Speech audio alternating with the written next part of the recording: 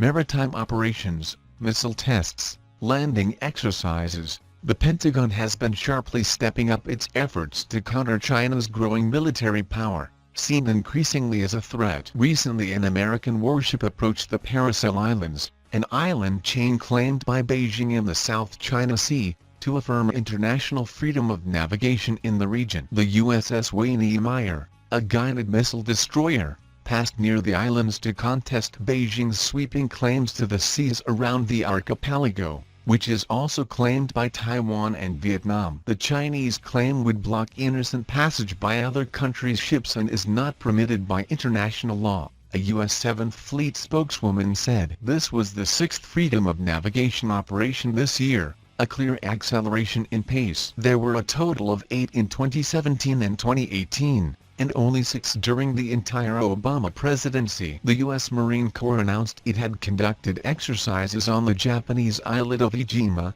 hundreds of miles south of Tokyo, to practice landings on hostile shores in the seizure of landing strips. The exercises were clearly designed to highlight the ability of the American military to invade a disputed island and establish a supply base for aerial operations. Such a forthright description, coming from Pentagon hardly known for unguarded talk, reflects the fresh impetus Defense Secretary Mark Esper has given to the U.S. policy of strategic rivalry with China and Russia. Esper has made clear that the U.S. wants to rapidly deploy new missiles in Asia, possibly within months, to counter China's rising military power. The acting U.S. Army Secretary Ryan McCarthy defended the development of such new missiles. He said the new medium-range conventional missiles Washington wants to develop would change the geometry within Southeast Asia. Last month, the Pentagon chose the Pacific Ocean for its first test of a conventional medium-range missile since the end of the Cold War. And in late August,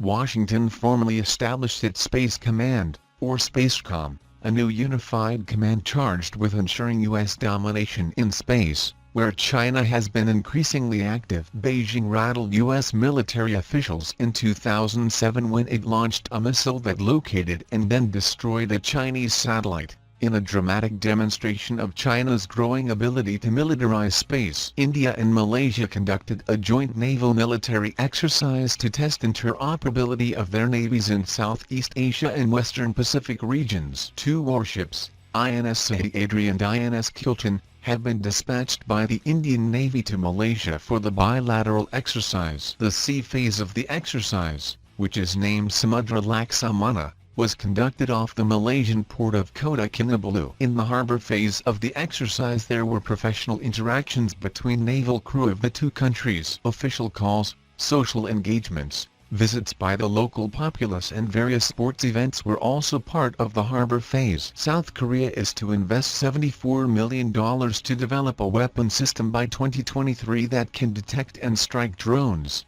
after incidents of infiltration by North Korean spy drones. The system, nicknamed Block I, is designed to track and destroy small drones and other aircraft by locking invisible optical fiber lasers on a target at close range. A North Korean drone was found in 2017 on the South Korean side of the demilitarized zone separating the 2 Koreas. About 550 photographs of the site of a U.S. anti-missile defense system, taken with a built-in camera, were recovered from the drone. In 2014, a North Korean drone crashed while returning to the north after reconnaissance missions that included flying directly above the South's presidential Blue House and taking pictures of it. Thanks for watching. Please like, share, and subscribe. If you like the channel and want to support, please support on Patreon or PayPal. The details are given below in the description.